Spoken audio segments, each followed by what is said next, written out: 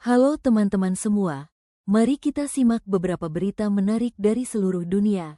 Sebuah penelitian baru yang diterbitkan di jurnal Nature Aging menunjukkan sesuatu yang mengejutkan tentang peradangan kronis yang sering terjadi saat kita tua. Selama ini, banyak yang mengira peradangan ini adalah bagian alami dari proses penuaan. Namun, penelitian ini menemukan bahwa itu mungkin lebih disebabkan oleh gaya hidup modern di negara-negara industri. Para peneliti dari Kanada dan Amerika membandingkan penanda peradangan dalam darah hampir 3.000 orang dewasa di 4 negara. Hasilnya, di Italia dan Singapura, di mana gaya hidupnya modern, tingkat peradangan memang meningkat seiring bertambahnya usia dan berhubungan dengan penyakit seperti penyakit ginjal kronis. Sebaliknya, pada masyarakat Simane di Bolivia dan orang asli di Malaysia, yang hidupnya masih sangat tradisional, pola ini tidak ditemukan. Di sana, peradangan lebih sering disebabkan oleh infeksi biasa dan tidak menjadi penanda penyakit kronis di usia tua. Ini berarti faktor lingkungan seperti makanan, kebersihan, dan paparan kuman sangat memengaruhi cara sistem kekebalan tubuh kita menua. Sedikit info, peradangan itu sebenarnya cara tubuh kita melawan infeksi, seperti kalau luka jadi bengkak dan merah. Tapi kalau terjadi terus-menerus dalam tingkat rendah, malah bisa merusak tubuh pelan-pelan. Ada lagi penelitian menarik tentang mimpi.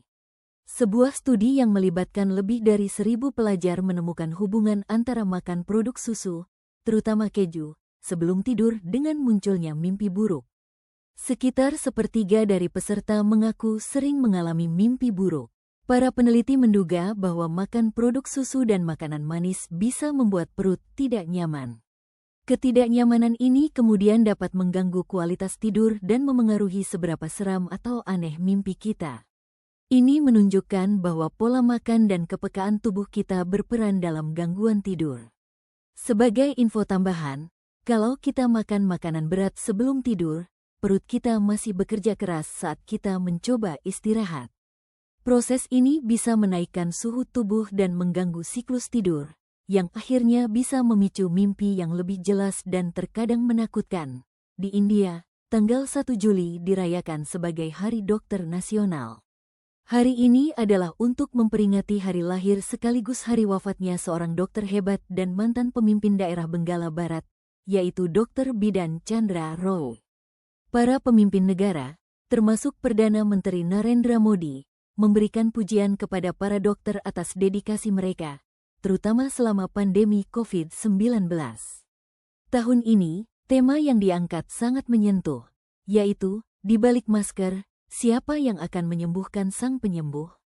Tema ini menyoroti betapa beratnya beban fisik dan mental yang ditanggung oleh para dokter.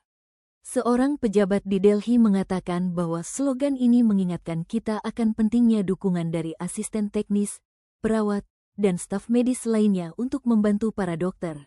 Dari dunia antariksa, Badan Antariksa Tiongkok baru saja merilis foto-foto pertama bumi dan bulan yang diambil oleh pesawat luar angkasa Tianwen-2. Foto-foto ini adalah bagian dari misi perdana Tiongkok untuk mengambil sampel dari asteroid dan membawanya kembali ke bumi. Gambar-gambar indah itu diambil pada tanggal 30 Mei saat pesawat berada sekitar 590.000 kilometer jauhnya. Ini membuktikan bahwa kamera dan sistem komunikasinya bekerja dengan sangat baik. Saat ini, Tianwen-2 sudah melakukan perjalanan lebih dari 12 juta kilometer dari bumi dan sedang menuju asteroid dekat bumi yang bernama Kamoalewa.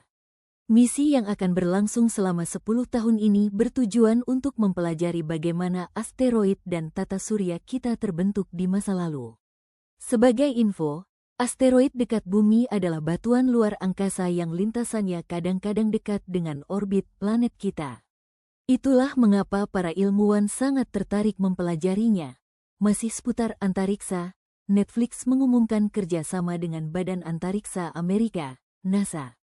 Netflix akan menyiarkan saluran NASA Plus yang bebas iklan. Ini berarti ratusan juta penonton Netflix di seluruh dunia bisa menonton langsung peluncuran roket, kegiatan astronot di luar angkasa, berita terbaru dari misi, dan melihat pemandangan bumi secara langsung dari Stasiun Luar Angkasa Internasional.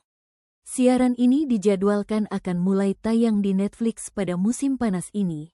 Sebuah studi di Swiss menunjukkan bahwa kecerdasan buatan atau AI bisa lebih baik dari manusia dalam tes kecerdasan emosional. Namun, analisis yang lebih besar dari 9 penelitian berbeda menemukan bahwa manusia pada umumnya lebih menghargai komunikasi emosional yang mereka kira berasal dari manusia, bukan dari AI.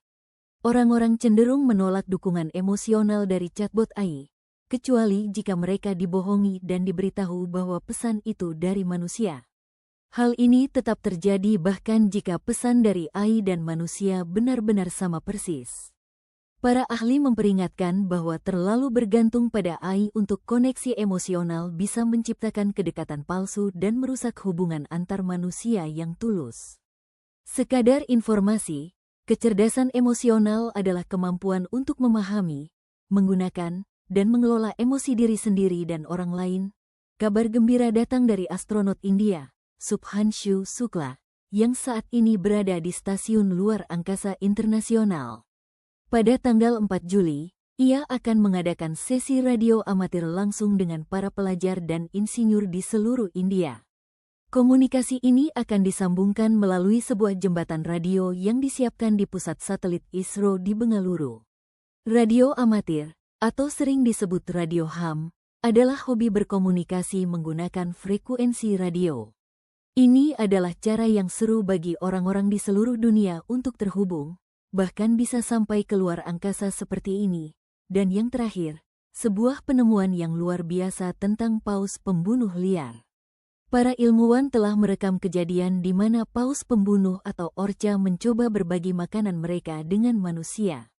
Ini mungkin pertama kalinya ada predator liar yang sengaja mencoba memberi makan manusia. Perilaku ini telah diamati sebanyak 34 kali di 4 samudra yang berbeda. Para orca ini menawarkan berbagai macam makanan, mulai dari ikan, anjing laut, ubur-ubur, hingga rumput laut kepada manusia yang tidak menyangka. Yang lebih menakjubkan, dalam hampir semua kasus, paus-paus ini menunggu reaksi dari manusia. Mereka akan menunggu sekitar 5 detik, bahkan ada yang sampai 5 menit, sebelum memutuskan apa yang harus dilakukan selanjutnya. Jika manusia mengabaikan makanan itu, yang terjadi pada sebagian besar waktu, orca biasanya akan mengambil kembali makanannya dan pergi, atau membaginya dengan paus lain. Dalam beberapa kasus di mana manusia mengambil makanan itu dan melemparkannya kembali, orca akan menawarkannya lagi, seolah-olah mereka sedang bermain lempar tangkap. Meskipun namanya paus pembunuh, sebenarnya mereka sangat cerdas dan tidak ada catatan mereka sengaja menyerang manusia di alam liar. Sekian dulu ya informasi menarik kali ini, semoga bisa menambah wawasan kita semua.